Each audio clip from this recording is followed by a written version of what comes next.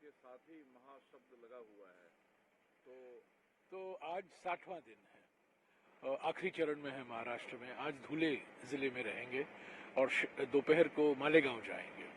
आज का मुख्य कार्यक्रम 11 बजे को है, जहां राहुल जी एक महिला सम्मेलन को संबोधित करेंगे और उसके पहले खरगे जी भी ने एक वीडियो मैसेज भेजा है, क्योंकि वो यहाँ आ नहीं पाए, वो गुलबर्गा उनको जाना था, तो उनसे भी एक संदेशा आया है नारी न्याय को लेकर।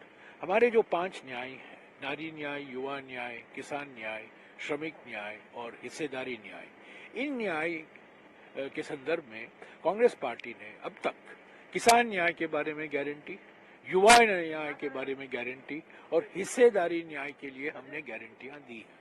आज 11 बजे को कांग्रेस अध्यक्ष खरगे जी और राहुल गांधी जी नारी न्याय को लेकर 5 सूत्री कार्यक्रम की घोषणा करेंगे, तो आज वो मुख्य कार्यक्रम होगा। कल जो 14 तारीख है, दोपहर को 2:30 बजे राहुल जी नासिक में रहेंगे और वो त्रयंबकेश्वर ज्योतिर्लिंग मंदिर, बहुत पवित्र मंदिर है, आप जानते हैं 12 ऐसे ज्योतिर्लिंग मंदिर हैं। और भारत जोड़ो न्याय यात्रा के दौरान राहुल जी ने पहले बैद्यनाथ धाम झारखंड में उन्होंने पूजा किया, उसके बाद में काशी विश्वनाथ मंदिर में उन्होंने पूजा की, दर्शन लिया ज्योतिर्लिंग का। तब वो आए महाकालेश्वर मंदिर उज्जैन में, वहां भी उन्होंने पूजा की, ज्योतिर्लिंग की पूजा की और उन्होंने दर्शन की। और कल 14 तारीख को जो 12 में से चौथा जो ज्योतिर्लिंग है, पवित्र ज्योतिर्लिंग है नासिक में, त्रयंबकेश्वर गोदावरी के तट पर है, वहां जाएंगे, पूजा करेंगे और दर्शन भी लेंगे इनका ज्योतिर्लिंग का। लेकिन जिन पर बढ़ चढ़ कर प्रोमिसेस आप लोग कर रहे हैं, जिसमें किसान कल्याण जो है, किसान न्याय जो है, वो आप लोग बात कर रहे हैं। किसान, नौजवान, जवान, महिला, श्रमिक, हिस्सेदारी, ये हमारे मुद्दे हैं। बीजेपी के क्या मुद्दे हैं, प्रधानमंत्री के क्या मुद्दे हैं? 10 साल अन्याय काल के बारे में तो वो कुछ कहते नहीं है।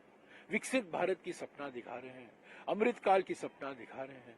तो पर पिछले 10 साल में जो अन्याय हुआ है, बढ़ती हुई महंगाई, सबसे ऊंचे दर पर बेरोजगारी, बढ़ती हुई आर्थिक विषमताएं, सामाजिक ध्रुवीकरण, राजनीतिक तानाशाही, इसके बारे में तो वो कुछ कहते नहीं है। इनका एक ही हथियार है इस चुनाव के लिए, वो है ध्रुवीकरण। और आपने देखा है सीएए रूल जो 4 साल 3 महीने बाद बनाए गए हैं। ये कानून पारित हुआ, ये बिल पारित हुआ और कानून बना दिसंबर 2019 को, लोकसभा में और राज्यसभा में पारित हुआ। जब कोई ऐसा कानून बनता है, साधारण सभी सरकारों ने 6 महीने के अंदर या 1 साल के अंदर वो रूल लाते हैं।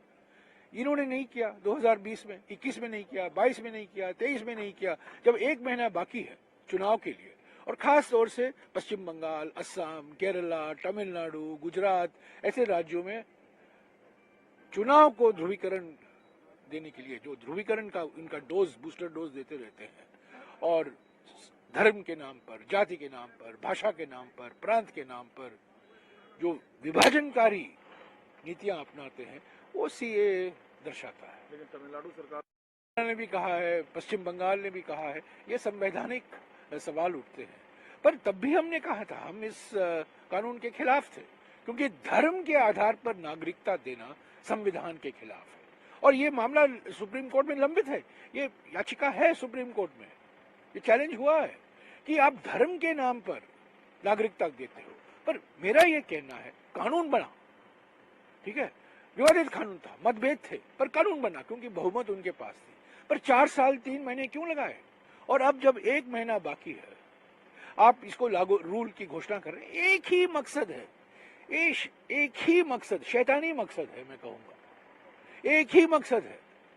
ये चाणक्य की बुद्धि में यही है कि चुनाव आ रहा है, हम जनादेश खोने वाले हैं, महंगाई से जनता त्रस्त है, बेरोजगारी से युवा त्रस्त है, किसान आंदोलन चल रहा है, किसान संघर्ष चल रहा है, तो इससे हेडलाइन से बचने के लिए इन्होंने सीए रूल की घोषणा की। आप लोग इतना प्रोमिसेस कर रहे हैं, घोषणा कर रहे हैं, वायदे कर रहे हैं, लगता है जैसे आप लोग सत्ता में आने वाले हैं। बिल्कुल, पर हम 400 पार कह रहे हैं। नहीं, सत्ता के आने के पहले हमें तो एजेंडा सेट करना है ना, कौन से मुद्दे पर हम लड़ रहे हैं चुनाव।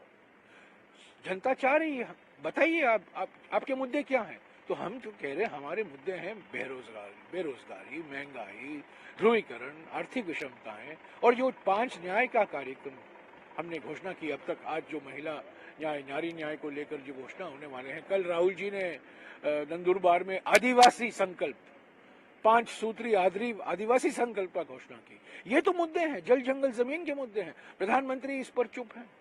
प्रधानमंत्री सभी मुद्दों पर चुप हैं, केवल अपने गुणगान गाते रहते हैं। मैंने ये किया, 70 साल में नहीं हुआ, मैंने 10 साल में ये किया, बस अपने गुणगान गाते रहते हैं। तो सीए कानून का जो समय चुना गया उस मंशा पर नहीं, कानून तो बन गया है, कानून तो बन गया है। दिसंबर 2019 में लोकसभा और राज्यसभा में ये पारित हो गया, बिल पारित हो गया। 4 साल 3 महीने लगे हैं हमारे लगातार, यही सवाल है। और दूसरा सवाल, मूल सवाल ये है कि नागरिकता को धर्म के आधार पर देना ये संविधान के खिलाफ है और इस पर सुप्रीम कोर्ट अपनी निर्णय दे, क्योंकि ये केस सुप्रीम कोर्ट के सामने है। नायाब सिंह सैनी एक नए नाम जो हरियाणा के अब मुख्यमंत्री हैं। देखिए, मुख्यमंत्री आएंगे, मुख्यमंत्री जाएंगे, पर बीजेपी ने अपना जनादेश खो लिया है हरियाणा में। जय जवान, जय किसान, जय नौजवान, जय पहलवान, इन चारों वर्गों का अपमान किया गया है हरियाणा में और इसका नतीजा आप देख रहे हैं और इसका नतीजा आप राष्ट्रीय स्तर पर भी देखेंगे। दुष्यंत चौटाला के लिए क्या कहेंगे? पहले जनमत के विरुद्ध जाकर गठबंधन। नहीं, मैं हरियाणा की राजनीति में ज्यादा नहीं कहूंगा। मैंने यही कहा है कि वहां जलवायु परिवर्तन हो रहा है, आपने नतीजा देखा है और ये नतीजा है क्योंकि जवान, किसान, नौजवान, पहलवान चारों का अपमान हुआ है। कल का दूसरा लिस्ट जो कांग्रेस का है वो जिताऊ लिस्ट है या नहीं? सभी लिस्ट हम जितने, देखिए, एक प्रक्रिया होती है हमारे पार्टी में। हमारे पार्टी में ऐसा नहीं है कि एक व्यक्ति तय करता है कौन खड़ा होगा। आपने देखा आसनसोल में क्या नतीजा हुआ, उनको उम्मीदवार वापस लेने पड़े। उत्तर प्रदेश में 2-3 उम्मीदवार को वापस लेने पड़े। हमारे यहाँ एक प्रक्रिया है, डिस्ट्रिक्ट से नाम आता है, डिस्ट्रिक्ट पर चर्चा होती है, प्रदेश कांग्रेस कमेटी में चर्चा होता है, बाद में सीईसी में आता है। सीईसी सर्वोच्च संस्था है, वहाँ हर उम्मीदवार पर बात होती है, बाद में निर्णय लिया जाता है। क्या इलेक्टोरल बॉन्ड पे आपको लगता है सरकार बैकफुट पर है? बिल्कुल बैकफुट पर है, बिल्कुल। ये गैर कानूनी है, संविधान के खिलाफ है। ये बिल्कुल, ये तो क्या धमकी देकर चंदा ले रहे हैं। इस सरकार की नीति क्या है? इस सरकार, जो प्रधानमंत्री तो नारा देने में बड़े माहिर हैं, मैं उनके लिए कहूंगा वो उनका नारा क्या है, मूल नारा क्या है? चंदादाताओं को सम्मान, अन्नदाताओं का अपमान, यही है उनका।